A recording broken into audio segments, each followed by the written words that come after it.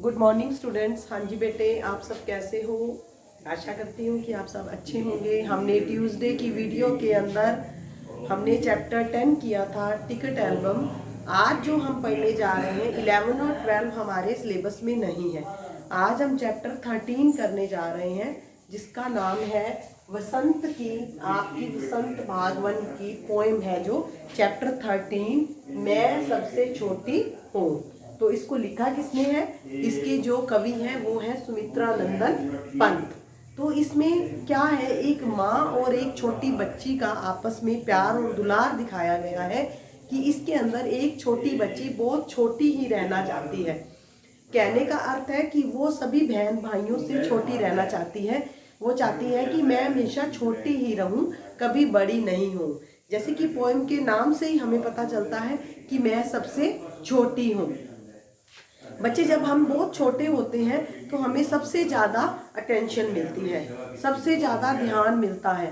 हमारी तरफ सारे देखते हैं, सबका ध्यान होता है कि अब ये ऐसे करेगा, अब ये वैसे करेगी, अब ये करेगा। बच्चों में सबका, छोटे बच्चे सबको प्यारे लगते हैं। तो हमारा जो अटेंशन है, जो मतलब हमें सबसे ज़्यादा मिलता है छोटे बच्चों को।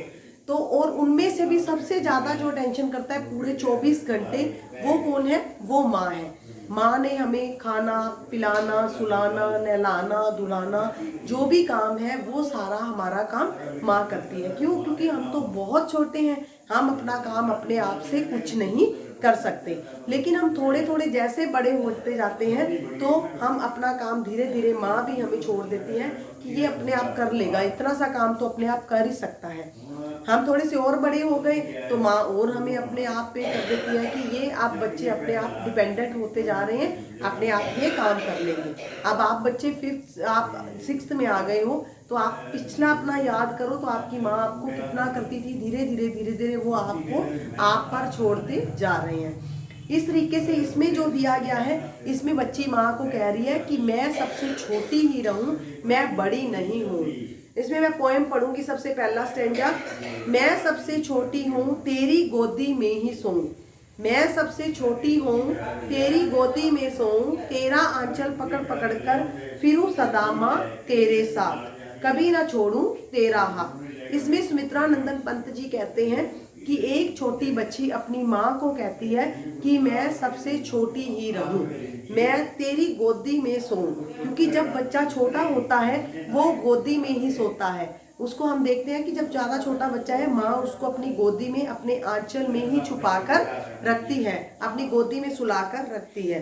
तेरा आंचल पकड़ पकड़ कर फिरूं सदा माँ तेरे साथ। और जब बच्चे छोटे होते हैं वो अपनी माँ के आंचल को पकड़ पकड़ कर साथ साथ चलते रहते हैं। अपनी माँ का आंचल वो छोड़ते ही नहीं है। तो इसलिए बच्ची बड़ी नहीं होना चाहती है।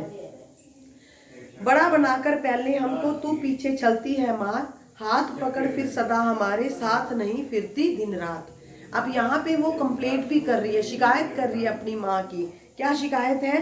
कि बड़ा बनाकर पहले हमको, कि जब हम थोड़े से बड़े हो जाते हैं, छोटे से थोड़े से बड़े हो गए, तब तू हमको चलती है।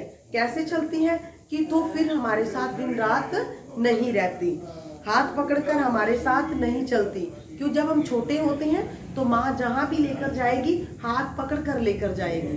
क्यों? क्योंकि उसको भी डर लगता है, माँ को भी, कि बहुत छोटा है, इसको समझ नहीं है, ये कहीं और ना चला जाए या कहीं गिर ना जाए। तो माँ डरती है इन चीज़ों से, तभी वो हाथ पकड़ पकड़ कर साथ साथ रहती है।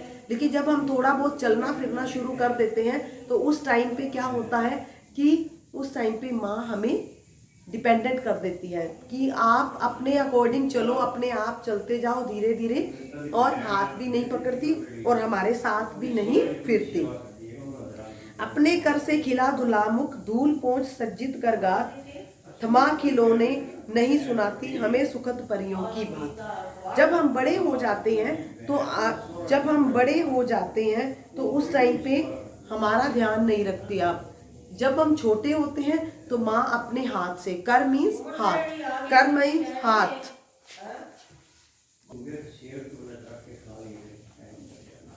अपने कर से खिला धुला मुख, धूल पोंछ सज्जित कर गात, थमा खिलौने नहीं सुनाती हमें सुखद परियों की बात।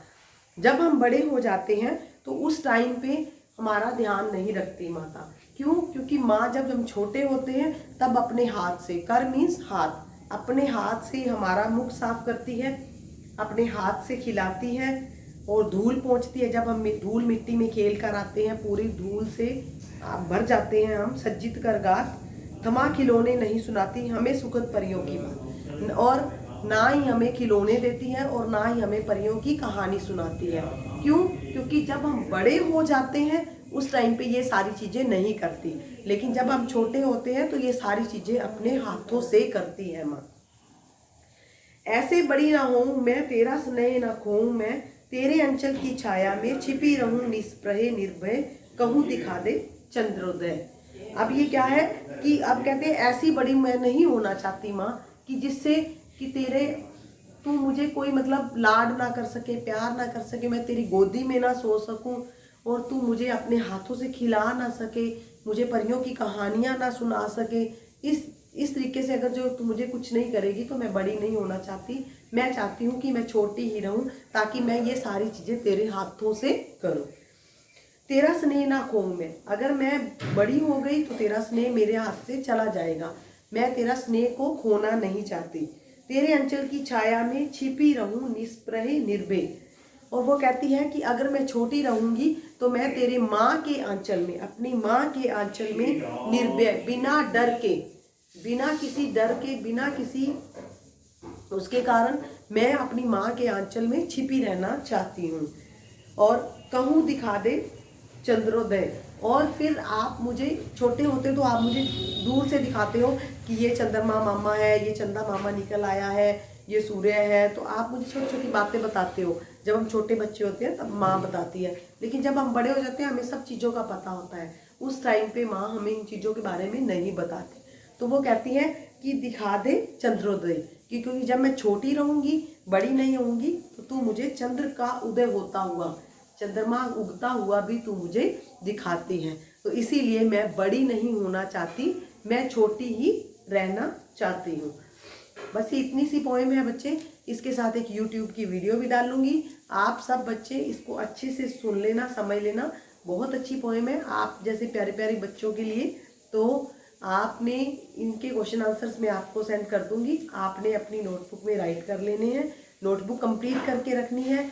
अब ये 1 to 5 का आ गया है टाइम टेबल की नोटबुक कब सबमिट करवानी है स्कूल के अंदर, और आगे 6 ऑनवर्ड्स भी आ जाएगा। तो आप सब बच्चों ने अपनी नोटबुक्स कंप्लीट करके, तीनों, ग्रामर की, वसंत की और बालराम कथा की, तीनों नोटबुक्स कंप्लीट करके आपने सबमिट करवा देनी है। मैं करेक्शन आप करके आपको वापस लौटा दूंगी और इसके इंटरनल असेसमेंट के मार्क्स भी हैं। तो प्लीज़ आप अच्छे से अपनी नोटबुक कंप्लीट कर लीजिए। धन्यवाद। Welcome to NCERT zone. इस वीडियो में हम क्या पढ़ेंगे? इस वीडियो में हम पढ़ेंगे क्लास 6 के हिंदी को। हिंदी की एक बुक है वसंत भाग 1, उसके 13th चैप्टर को, यानी कि 13वें चैप्टर को हम आज पढ़ेंगे। इस चैप्टर में जितने भी क्वेश्चन हैं हम उसके आंसर्स को डिस्कस करेंगे। चैप्टर का नाम है मैं सबसे छोटी हूँ, यानी कि मैं सबसे छोटी रहना चाहती हूँ, मैं आशा करती हूँ कि मैं सबसे छोटी ही रहूँ, राइट। और इसे लिखा है सुमित्रा नंदन पंत ने। तो सबसे पहले जानते हैं लेखक के बारे में, सुमित्रा नंदन पंत के जीवन के बारे में। तो प्रस्तुत कविता, ये एक कविता है हिंदी भाषा के प्रसिद्ध कवि और साहित्यकार श्री सुमित्रा नंदन पंत जी के द्वारा लिखी गई है। ठीक है, किन्होंने लिखी है? सुमित्रा नंदन पंत जी। इनका जन्म अल्मोड़ा जिले के कौसानी नामक ग्राम में हुआ था, यानी कि अल्मोड़ा एक डिस्ट्रिक्ट है और वहाँ उस ज़िले में एक गांव है, यानी कि विलेज है जिसका नाम कौसानी है। वहाँ पे इनका जन्म हुआ था। इन्होंने अपनी हाई स्कूल की शिक्षा इलाहाबाद से ली, ठीक है, जिसे प्रयागराज कहते हैं आज, तथा वहीं से उनकी काव्य चेतना का उद्गम हुआ। काव्य चेतना का उद्गम हुआ इसका मतलब यह है कि कविता वो लिख सकते हैं, इस बात को उन्होंने नोटिस किया, इस बात को उन्होंने पहचाना, अपने अंदर के टैलेंट को पहचाना। कहाँ पे? इलाहाबाद यानी कि प्रयागराज में। इन्होंने कई काव्य रचनाओं का लेखन किया है, बहुत सारी कविताएं लिखी हैं जिनमें पल्लव, ग्रंथि, गुंजन तथा कला और बूढ़ा चांद इनके सर्वश्रेष्ठ रचनाएं हैं जो कहते हैं ना मास्टरपीस, ये उनके मास्टरपीस है। इन्हें अपनी कृतियों के लिए पद्म भूषण, साहित्य अकादमी और ज्ञानपीठ पुरस्कारों से सम्मानित किया गया था। यह हिंदी साहित्य में छायावादी युग के 4 प्रमुख स्तंभों में से एक थे। अच्छा, तो ये तो परिचय रहा सुमित्रानंदन पंत जी के बारे में। ये जो कविता है मैं सबसे छोटी हूँ, इसका सार समझते हैं, यानी कि समरी समझते हैं, शॉर्टली ये समझते हैं कि ये कविता किस चीज़ के बारे में है। तो प्रस्तुत कविता में एक बालिका यानी कि एक लड़की अपनी माँ की सबसे छोटी संतान बनने की इच्छा रखती है। वो ये डिज़ायर करती है, उम्मीद करती है कि वो अपनी माँ की सबसे छोटी बच्ची बन के रहे। ऐसा क्यों करती है? ऐसा करने से वह सदा अपनी माँ का प्यार और दुलार पाती रहेगी। हम देखते हैं कि माँ जो होती है वो अपने सबसे छोटे बच्चों को बहुत प्यार करते हैं। ऐसा नहीं कि बड़े से नहीं करते हैं, लेकिन जब बच्चे ही रहते हैं, मतलब लिटरल मीनिंग इसका समझिए कि बच्चे जब सच में बच्चे होते हैं, वो बोल नहीं पाते, चल नहीं पाते, बोल पाते हैं, चल पाते हैं तो कुछ समझने के काबिल नहीं रहते, खुद से कपड़े नहीं पहनने के काबिल रहते, उन्हें क्या करना है क्या नहीं करना है इस बात की जब उन्हें समझ नहीं होती, तब जब माँ का प्यार है वो सबसे ज़्यादा मिलता है। यानी कि बच्चा पूरी तरह से डिपेंडेंट रहता है, पूरी तरह से निर्भर रहता है अपनी माँ पे। तो वही बालिका कहती है कि मैं चाहती हूँ कि मैं अपनी माँ की सबसे छोटी संतान बन के रहूँ।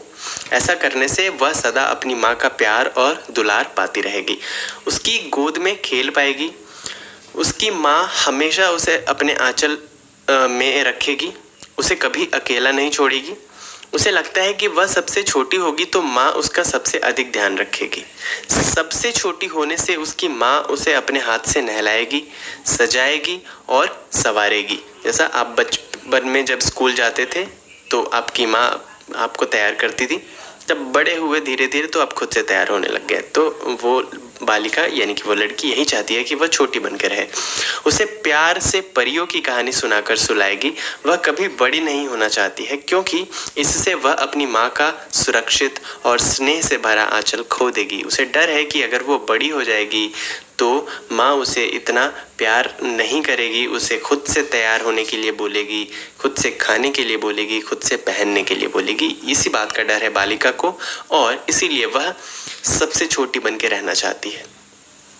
आगे बढ़ते हैं और बात करते हैं इसके कविता के हर एक पद को और उसके अर्थ को। तो सबसे पहले पद में, सबसे पहले पैराग्राफ में ये लिखा हुआ है, मैं सबसे छोटी हूँ, तेरी गोदी में सोऊं, तेरा आंचल पकड़ पकड़ कर फिरूं सदा माँ तेरे साथ, कभी न छोड़ूं तेरा हाथ। तो पहले पद में लड़की कहती है, लड़की के रूप में कवि कहते हैं कि मैं सबसे छोटी हूँ तेरी गोदी में सोऊं, मैं चाहती हूँ कि मैं सबसे छोटी रहूं। कविता के प्रथम पद में बच्ची कह रही है कि काश मैं अपनी माँ की सबसे छोटी संतान बनूं।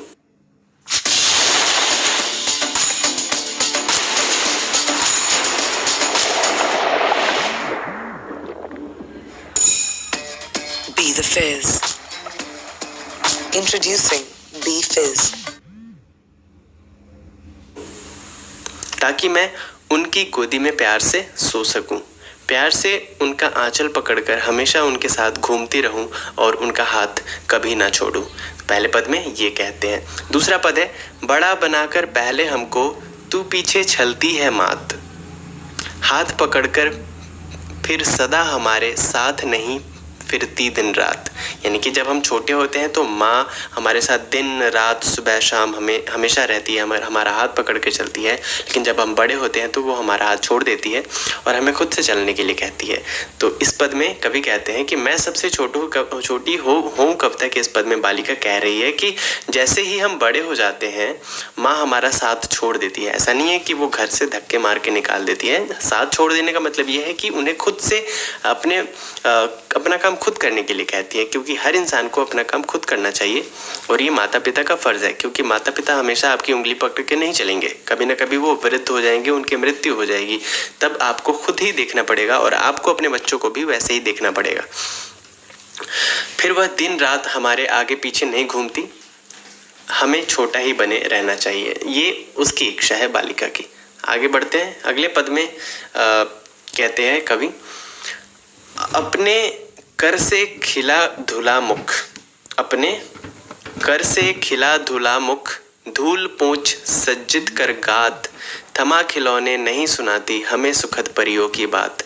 कर का मतलब होता है हाथ।